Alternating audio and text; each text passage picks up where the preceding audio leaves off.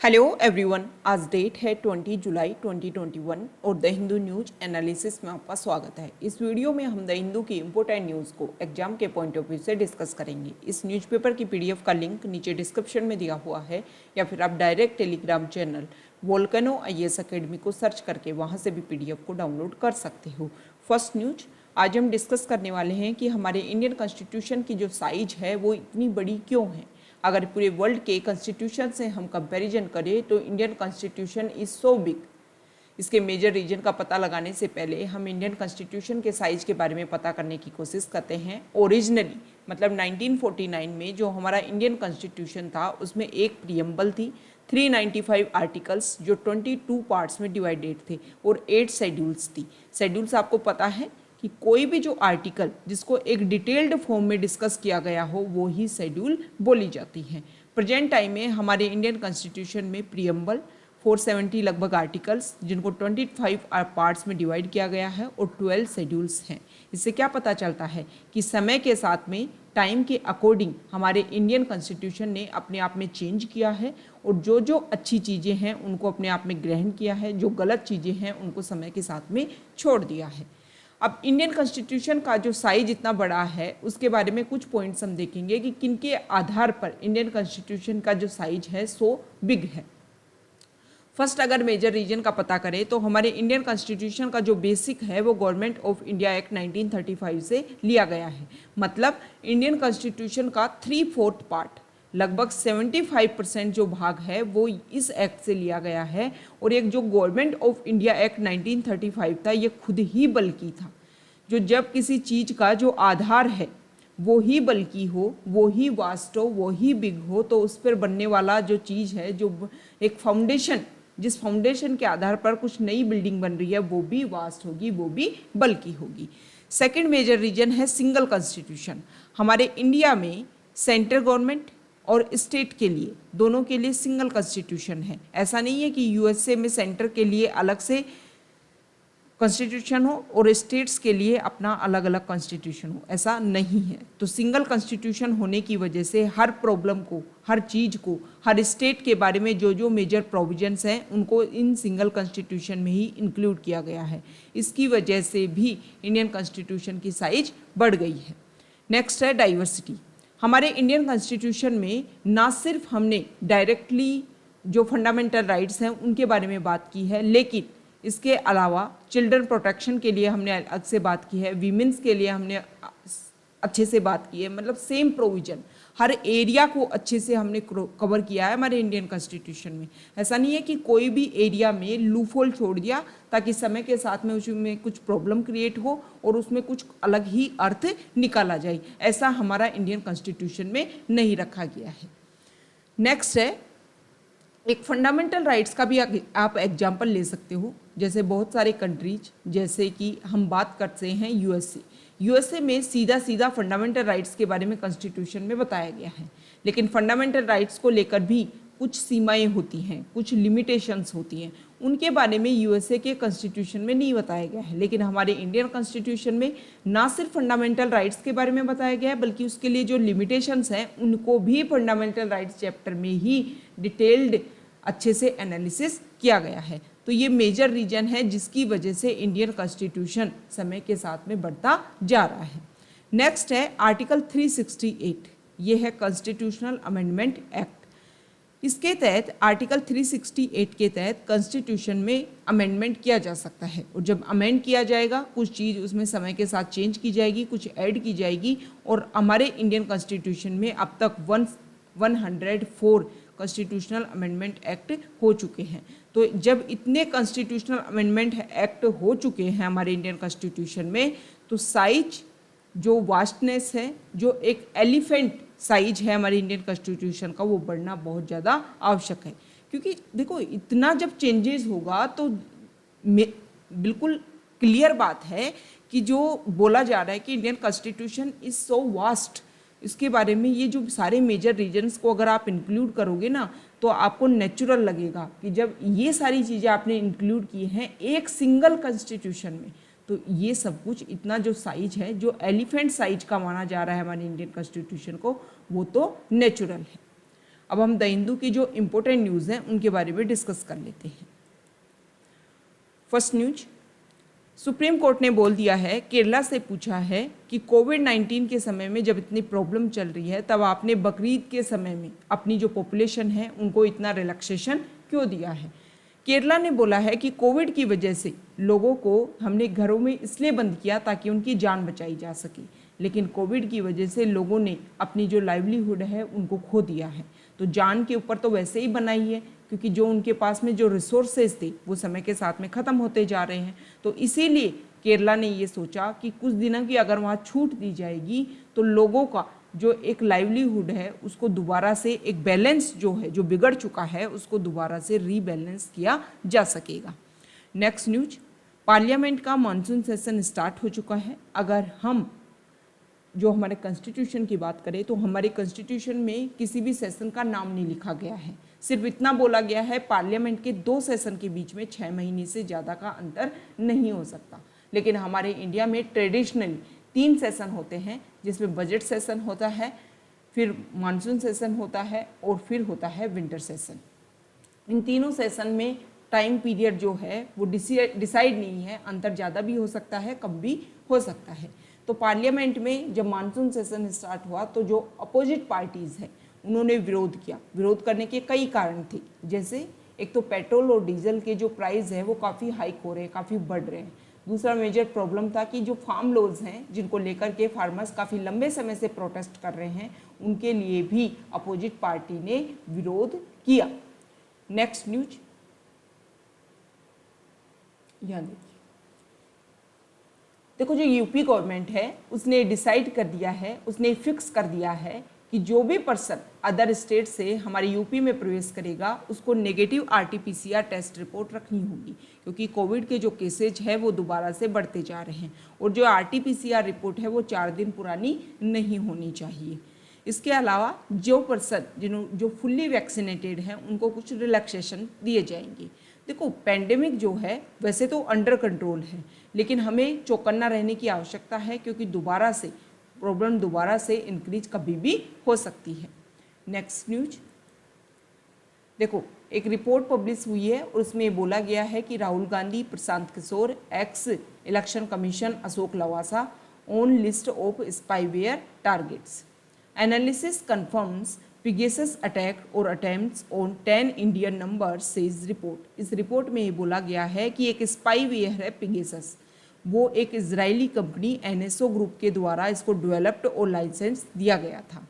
इसका यूज ये किया जा रहा है कि जो स्मार्टफोन्स हैं, जो दोनों system iOS and Android operating system के ऊपर रन करते हैं, उनमें से जो सर्विलेंस डिवाइस है उनको यूज़ करके, उनको टर्न करके इसका यूज़ किया जा रहा है Pegasus स्पाईवेयर का, और जो भी पर्सनल इन्फॉर्मेशन है उनको निकालने की कोशिश की जा रही है।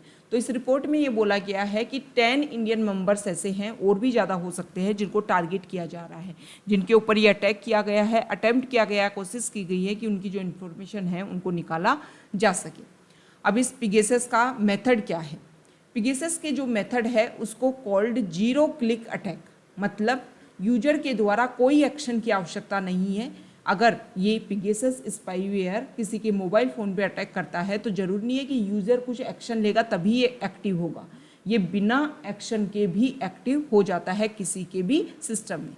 The spyware can hack a device simply by giving a missed WhatsApp call. Missed WhatsApp call आएगा, उसके तहत ये जो डिवाइस है वो एक्टिव हो जाएगा। इसके बाद में क्या होगा, ये जब स्पाईवेयर अगर आपके फ़ोन में घुस गया तो उसके बाद में जो आपके कॉल लॉग्स हैं उनको चेंज करेगा। User has no knowledge of what happened, मतलब यूज़र को इसके बारे में कोई जानकारी नहीं होगी, उसको नॉर्मल लगेगा कि मेरे फ़ोन में तो कुछ परेशानी ही नहीं है।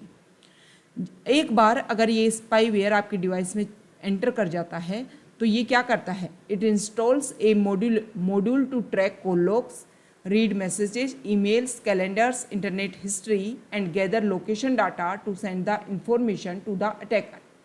इसके बाद में इसको मैन्युअली भी इंस्टॉल किया जा सकता है किसी भी डिवाइस के ऊपर over a wireless transceiver. If it fails to connect with its command and control server, मतलब इसको जो कमांड दे रहा है उसके बीच में और जिस फ़ोन में इसको इंस्टॉल किया गया उनके बीच में अगर कनेक्शन टूट जाता है तो 60 दिन के अंदर ये खुद ही सेल्फ डिस्ट्रक्ट हो जाता है और जो भी ट्रेसेज है वो रिमूव हो जाते हैं। और अगर इसको डिटेक्ट कर लिया जाता है that it was installed on the wrong device और sim card, it will be self destruct. मतलब मान लो इसको लगा कि इस फ़ोन में इंस्टॉल होना था लेकिन गलत सिम कार्ड पे इंस्टॉल हो गया तो खुद सेल्फ डिस्ट्रक्ट हो जाता है। एमनेस्टी इंटरनेशनल ने ये नोट किया है कि despite issuing security updates Android and iOS devices were breached. To stay safe, users need to ensure that software in devices is updated and all apps and installed directly through the official stores. No suspicious email or text should be clicked.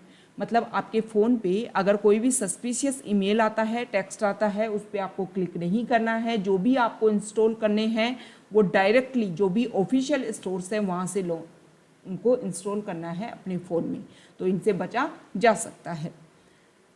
लेकिन देखो ये आरोप लगाया जा रहा है कि इनके ऊपर इस स्पाईवेयर का यूज़ किया जा रहा है, लेकिन हमारे जो आईटी मिनिस्टर हैं उन्होंने बोला है कि इंडिया का जो भी इंफॉर्मेशन टेक्नोलॉजी रूल्स हैं उसके तहत में ऐसा कुछ भी अटैक नहीं हो सकता। मतलब हमारी इतनी टेक्नोलॉजी इतनी स्ट्रॉन्ग है कि अगर किसी स्पाईवेयर का अटैक हमारे इंडिया में होता है तो हम उसको ईजीली डिटेक्ट कर लेंगे।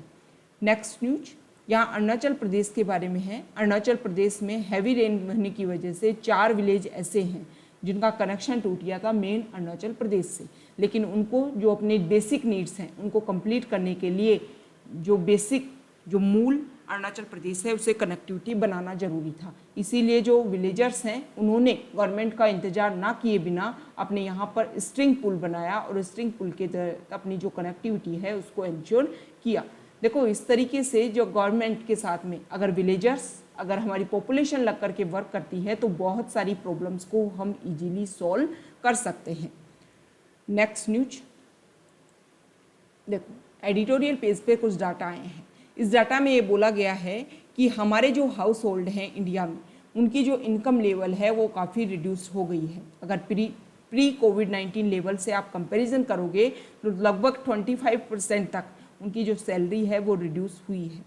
रिड्यूस होने के कई कारण हैं। लोगों की जॉब चली गई है, जॉब जाने के अलावा लोगों की सैलरी है उसमें भी कट किया गया है। इसके अलावा और भी मेजर प्रॉब्लम्स हैं, जैसे कि बहुत सारी जो महंगाई जो है, इन्फ्लेशन जो है वो काफ़ी बढ़ गया है। जैसे ग्रोसरी के प्राइस जो हैं वो काफ़ी बढ़ गए हैं, वेजिटेबल्स के प्राइस बढ़ गए हैं। इसके अलावा पेट्रोल डीजल के जो प्राइस हैं वो बढ़ गए हैं। और भी बहुत सारी प्रॉब्लम्स हैं जिसकी वजह से फाइनेंशियल प्रॉब्लम इंक्रीज हो रही हैं हमारे इंडियन पॉपुलेशन को लेकर। नेक्स्ट न्यूज, हमारे पीएम ने हमारे पड़ोसी देश नेपाल में नए पीएम बने हैं, उनको एक तरीके से बेस्ट विशेष दी है हमारे पीएम नरेंद्र मोदी जी के द्वारा। नेपाल के पीएम बने हैं शेर बहादुर देउबा। आपको पता है कि वहाँ पर केपी शर्मा ओली वहाँ के पीएम थे। वहाँ के प्रेसिडेंट और केपी शर्मा ओली रेगुलर इस बात को लेकर के लगे हुए थे कि दोबारा से फ्रेश सिलेक्शन हो, दोबारा से सरकार बने, लेकिन सुप्रीम कोर्ट ने ये बोला है कि शेर बहादुर देउबा को वहाँ का पीएम बना देना चाहिए। नेक्स्ट न्यूज देखो, मानसून सेशन जो स्टार्ट हुआ उसके बाद में हमारे जो पीएम उन्होंने अपना रिस्पॉन्ड किया। उन्होंने बोला कि आप अपनी बात रखिए, आपके जो इशू हैं गवर्नमेंट को लेकर के, आपको जो भी प्रॉब्लम्स है आपको उसको उठाइए, लेकिन जो अपोजिशन पार्टी कर रही है कि बाइकआउट करने की कोशिश कर रही है, प्रॉब्लम क्रिएट कर रही है, हो हल्ला शोर शराबा पार्लियामेंट में हो रहा है, उसकी वजह से जो पार्लियामेंट की जो एक प्रोसीडिंग होता है उसमें काफ़ी डिस्ट्रप्शन होता है, और जब डिस्ट्रप्शन होएगा तो काफ़ी प्रॉब्लम क्रिएट होएगी। और प्रॉब्लम क्रिएट होने की वजह से एक तो काफ़ी लंबे समय के बाद में पार्लियामेंट की मीटिंग होने जा रही है, और पार्लियामेंट अगर अपने जिस वर्क के लिए पार्लियामेंट की मीटिंग हुई है, पार्लियामेंट का सेशन हुआ है, अगर उस सेशन के अकॉर्डिंग हमने वर्क नहीं किया तो हमारी जो एफिकेसी है वो काफ़ी डिटेरिएट हो जाएगी। नेक्स्ट न्यूज देखो, ऑक्सफैम इंडिया की एक रिपोर्ट आई है और इस रिपोर्ट ने ये माना है कि हमारे इंडिया में जो इनइक्वलिटीज़ है वो काफ़ी ज़्यादा है। चाहे हम कास्ट के लेवल पर बात कर लें, चाहे रिलीजियस, क्लास, जेंडर किसी भी कैटेगरीज में आप बात कर लें, हेल्थ इंडिकेटर्स के आधार पर आप बात कर लो, हमारे इंडिया में इनइक्वलिटीज़ बहुत ज़्यादा है। ये जो रिपोर्ट है इसका टाइटल है India inequality report 2021। India's unequal healthcare story shows that the general category is better off than SC and ST. Hindus are better off than Muslims and rich are better off than the poor. Men are better off than women and urban population is better off than the rural population on most health determinants, interventions and indicators. मतलब ये comparison किया गया है एक category से दूसरी category में, चाहे वो किसी भी लेवल पर हो, अर्बन और रूरल एरियाज में हो, मैन एंड वीमेन में हो, पुअर एंड रिच में हो। तो ये सारे जो है ना, ये पॉइंट्स जो हैं, जो भी ये कंपैरिजन किया गया है, इस रिपोर्ट का यूज़ करके आप मेंस में इनका यूज कर सकते हो। यहाँ पर बताया गया है कि जो भी एनालिसिस है इसको नेशनल फैमिली हेल्थ सर्वे का जो राउंड 3 और राउंड 4 में जो भी डाटा सामने आए उनका यूज़ किया गया है। इसमें बोला गया है सैनिटाइजेशन की बात की गई है, वीमेन में जो प्रॉब्लम है, इसके अलावा जो हॉस्पिटलाइज्ड डिलीवरी होती है उसके बारे में, इन सारी प्रोसीजर के आधार पर ये जो इनइक्वलिटीज़ है इसके बारे में बताया गया है। नेक्स्ट न्यूज, हमारे इंडिया में जो मानसून है वो कम हो रहा है, मतलब रेनफॉल जो है वो कम हो रही है, जिसकी वजह से पानी की उपलब्धता, अवेलेबिलिटी कम है। अब जब पानी की अवेलेबिलिटी ही कम होगी तो जो खरीफ सेशन इस समय होने वाला है, खरीफ क्रॉप को शो किया जा रहा है वो कम किया जा रहा है, कम एरिया में। अगर कंपैरिजन किया जाए लास्ट ईयर से तो काफ़ी कम एरिया में फसलों को बोया गया है। इसके अलावा जो हमारे इंडियन फार्मर्स हैं वो ऐसी क्रॉप्स के ऊपर शिफ्ट होने लग गए हैं जिनको उगाने के लिए कम से कम पानी की आवश्यकता हो। ये जो स्टडी है, ये जो रिसर्च है वो क्रिसिल के द्वारा किया गया है और एक एनालिसिस सामने आया है कि खरीफ क्रॉप पैटर्न्स में कुछ चेंजेस हुए हैं। इस साल अगर इस पीरियड की बात करें तो 32% रेनफॉल डेफिसिट हुआ है। इसमें जो हमारे फार्मर्स हैं वो सोयाबीन एंड ग्राउंडनट जो क्रॉप्स है उसके बजाय लोअर वाटर रिक्वायरमेंट्स जिन क्रॉप में होती है जैसे कि कॉटन, मेज, उनकी तरफ शिफ्ट हो रहे हैं। ये ना सिर्फ ओवरऑल देखने को मिलेगा बल्कि आपको हर स्टेट में देखने को मिलेगा। जहाँ पर भी वाटर की कमी है, जैसे कि आप राजस्थान की आप बात करो तो यहाँ पर 58% डेफिसिट देखने को मिला। और यहाँ पर देखो ए शिफ्ट फ्रॉम सोयाबीन टू मेज इन की डेफिसिट एरिया। सेंट्रल एरियाज़ की आप बात कर लो, सेंट्रल इंडिया जिसमें गुजरात पर्टिकुलरली बहुत ज़्यादा इस रेनफॉल डेफिसिट से इफेक्ट हुआ है, वहाँ पर रेगुलर ड्राई बना हुआ है। और इस स्टेट में जो मेजर क्रॉप्स हैं ग्राउंड नट से कॉटन की तरफ शिफ्ट हो रहे हैं। लास्ट में हम कर्नाटका की बात करेंगे। कर्नाटका में भी जो फार्मर्स हैं उन्होंने कॉटन और मेज़ को अपना लिया है। मतलब जो क्रॉप पैटर्न्स हैं वो काफ़ी चेंज होते जा रहे हैं। नेक्स्ट न्यूज, एक सेकेंड,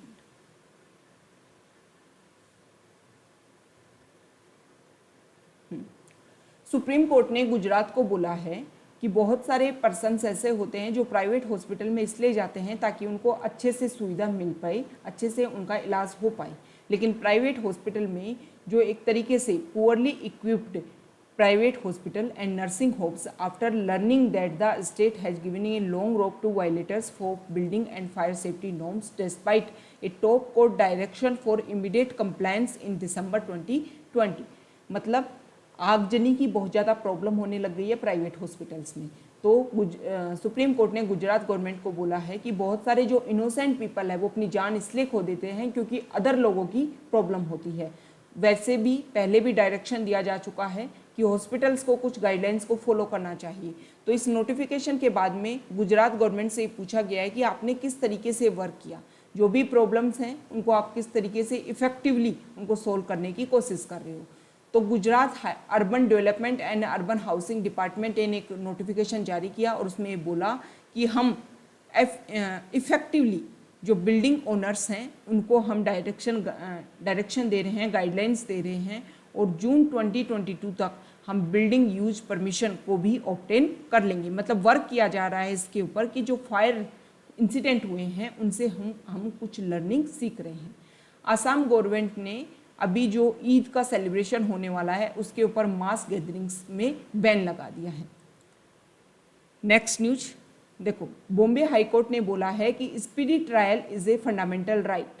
बहुत सारे लोग ऐसे होते हैं, जैसे कि भीमा कोरेगांव जो केस हुआ, उसमें क्या होता है कि जिन लोगों को गिरफ्तार किया गया उसको लंबे समय तक उनको जेल में बंदा रखा गया।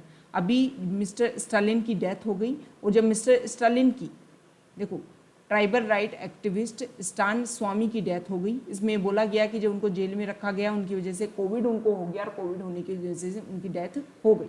तो इसमें बोला गया है कि अगर कोई भी प्रॉब्लम हो, कोई भी इशू आ रहा है, तो उसमें आपको जो ट्रायल है वो फटाफट होना चाहिए, क्योंकि फटाफट ट्रायल हो रहा है कि मान लो जिसको गिरफ्तार किया है उसके ऊपर जो आरोप लगाए गए हैं वो सही नहीं है, तो उसकी वजह से न सिर्फ उसका समय खराब होगा, उनकी जो लाइफ के जो प्रीसियस टाइम जो जेल में गुजर गए उनको वो यूज कर सकते हैं इस सोसाइटी के लिए बेहतरीन कुछ वर्क करने के लिए। नेक्स्ट न्यूज देखो, सेंटर ने दिल्ली हाई कोर्ट को इन्फॉर्म किया है कि हमने सभी स्टेट को एक गाइडलाइन जारी कर दी है कि कोविड-19 की वजह से जो भी चिल्ड्रन ऑर्फेंड हुए हैं, जो भी चिल्ड्रंस के पेरेंट्स की डेथ हो गई है, उनको हम एक तरीके से अच्छी सुविधाएं प्रोवाइड करेंगे जुवेनाइल जस्टिस एक्ट के तहत, और चाइल्ड प्रोटेक्शन सर्विसेज भी प्रोवाइड उनको करवाई जाएंगी, बहुत सारी फैसिलिटीज़ उनको अवेलेबल करवाई जाएंगी। हमारे इंडिया में देखने को मिला कि कोविड की वजह से बहुत सारे बच्चे जो हैं उनके पेरेंट्स की डेथ हो गई, और डेथ होने की वजह से ऐसे बच्चे डिस्ट्रेस सिचुएशन में जा चुके हैं, पेंडेमिक की वजह से बहुत ज़्यादा इफेक्ट हुए हैं, तो उनको जुवेनाइल जस्टिस एक्ट के तहत उनको प्रोटेक्शन करने की आवश्यकता है। ये जो एक्ट है वो ए safety net of statutory services delivery structure along with provision of institution non institutional care, protection of children in need of care and protection of children in conflict with law, the ministry said. ये जो implementation है इस act का, वो primary responsibility है states की और union territories की, मतलब वो अपने लेवल पर इसको रिस्पॉन्सिबल करें, इसको इम्प्लीमेंट करने की कोशिश करें, तभी जो चिल्ड्रन जिन्होंने अपने पेरेंट्स को खो दिया है उनके इंटरेस्ट को सेफगार्ड करने के लिए हम काम कर सकते हैं। ठीक है, नेक्स्ट न्यूज, पाकिस्तान ने इंडिया के ऊपर आरोप लगाया है। Pakistan अक्यूजेज India of using FATF for political ends. Pakistan काफ़ी लंबे समय से FATF की जो ग्रे लिस्ट है उसमें बना हुआ है। कल हमने फाइनेंशियल एक्शन टास्क फोर्स के बारे में बेसिक फैक्ट्स को डिस्कस किया था। आज आप नीचे कमेंट बॉक्स में बताइए कि फाइनेंशियल एक्शन टास्क फोर्स का जो हेडक्वार्टर है कहाँ सिचुएटेड है और कब इस ऑर्गेनाइजेशन को बनाया गया था। नेक्स्ट न्यूज फॉरेन पेज से है। देखो, यहाँ पर एक स्टडी हुई है और इस स्टडी में ये बात सामने आई है कि स्विस जो आल्प्स हैं, मतलब ऐसे माउंटेन एरिया, वहाँ पर पूरा जो माउंटेन एरिया है वो रेगुलर बर्फ से ढका हुआ था, लेकिन इस स्टडी में सामने आया है कि क्लाइमेट चेंज की वजह से जब वहाँ पर बर्फ़ पिघली, बर्फ़ पिघलने की वजह से वहाँ पर लगभग 1000 के लगभग छोटी छोटी झील लेक्स बन गई हैं। ये जो प्रॉब्लम है ना, ये आपको दिखा रहा है कि किस तरीके से क्लाइमेट चेंज की वजह से हमारे अर्थ का टेम्परेचर इंक्रीज़ हो रहा है। स्पेशली जो पोलर रीजन है वहाँ पर भी अर्थ का टेम्परेचर इंक्रीज़ होने की वजह से जो भी आइस जमी हुई है वो रेगुलर पिघल रही है, और पिघलने की वजह से सी लेवल इंक्रीज़ होगा। सी लेवल इंक्रीज़ होगा तो जो आइलैंड कंट्रीज़ हैं उनके डूबने की संख्या ज़्यादा बढ़ जाएगी। नेक्स्ट न्यूज देखो, तालिबान के साथ में रेगुलर बातचीत की जा रही है, और दोहा में, कतर की जो कैपिटल है दोहा, वहाँ पर रेगुलर डेलीगेशन के बीच में बात हुई।